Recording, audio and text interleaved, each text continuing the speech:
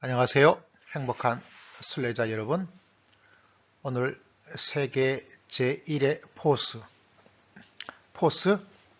야구의 포스입니다. 투수, 타자, 포스. 이런 관점에서 오늘 영혼의 순례길을 걸어가고 싶습니다. 저는 사실 야구를 별로 좋아하지 않습니다. 지금은 탁구를 한 3년 레슨 받으면서 치고 있는데 운동을 별로 좋아하지는 않지만 세계 제1의 포스라는 타이틀을 가지고 하나님의 말씀은 로마서 14장 1절에서부터 6절까지의 말씀이 됩니다. 이 말씀을 보면 저는 포스가 생각이 났습니다. 사진 보이죠? 어느 팀인지 알 수 있는 분은 아실 거고요. 오늘 말씀은 믿음의 연약한 자를 너희가 받되 그의 의견을 비판하지 말라. 이런 구절이 로마서 14장 1절에서 시작을 하여서 오늘 제목을 포스, 받는 것. 포스가 참 중요하더라고요. 안방마님이란 별칭을 가지고 있죠. 어떤 사람은 모든 것을 먹을 만한 믿음이 있고 믿음이 연약한 자는 채소만 먹는다. 이런 말씀이 기록되어져 있는데 믿음이 연약한 자를 받아주는 것, 잘 받아주는 것이 안방마님이 할 일이고 그 야구 경기 흐름을 전체를 지휘하는 지휘자가 된다. 우리 인생도 이런 좋은 포스 정말 소중하고 정말 필요합니다.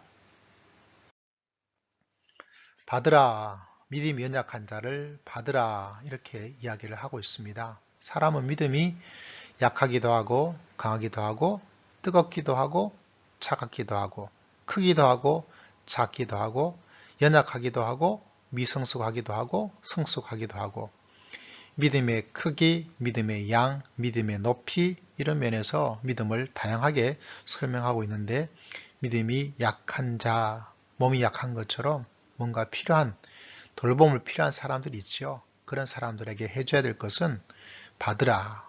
받으란 말은 무엇입니까? 조금 더 설명하자면 연이어서 1절에 보면 비판하지 말아라 이렇게 이야기를 하고 있더라고요.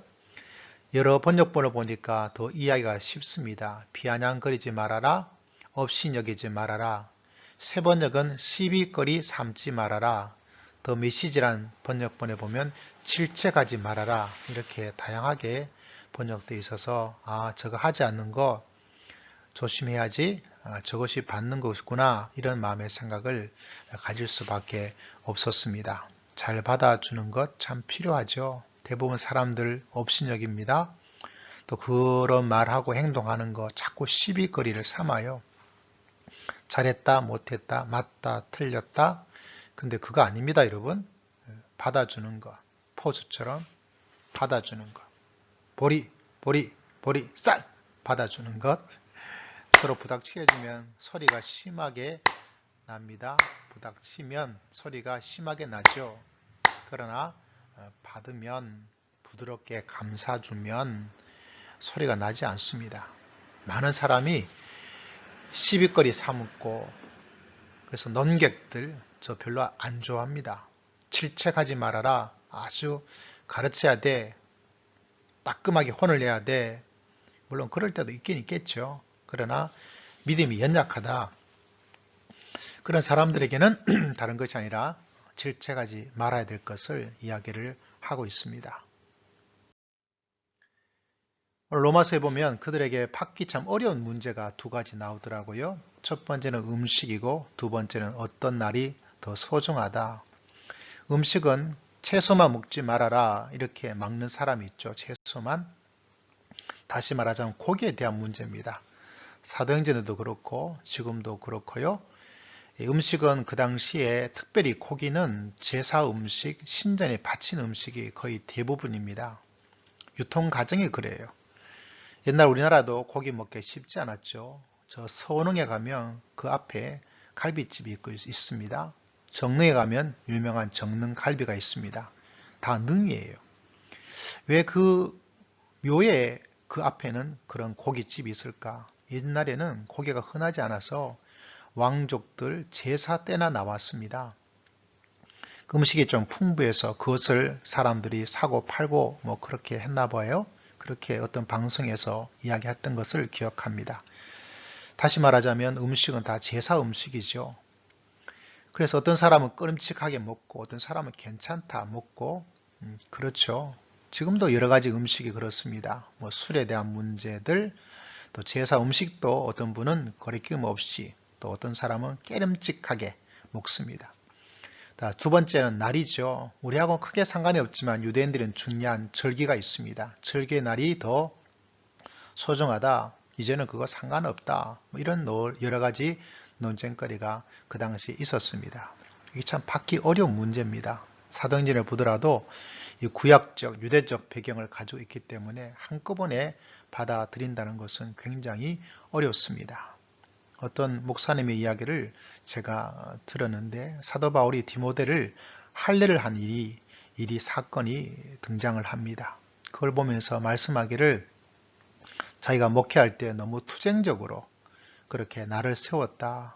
서로 상황에 맞게 조금 해도 될 것을 좀 아쉽다. 후회가 된다. 이런 의미로 이야기를 한 것을 들었습니다. 그렇죠. 사람은 여러 가지 문제에서 참 받고 또 받는 거 참 잘 안 하려고 그래요. 생각이 다르고 또 추구하는 것이 다르기 때문에. 그러나 오늘 말씀은 영혼의 순례자는 너희가 믿음이 연약한 자를 받으라 이렇게 이야기를 하고 있습니다. 여러분 어떤 사람인가요? 잘 받아주시나요? 최고의 포수를 영입하다. 지금은 포수가 참 중요합니다.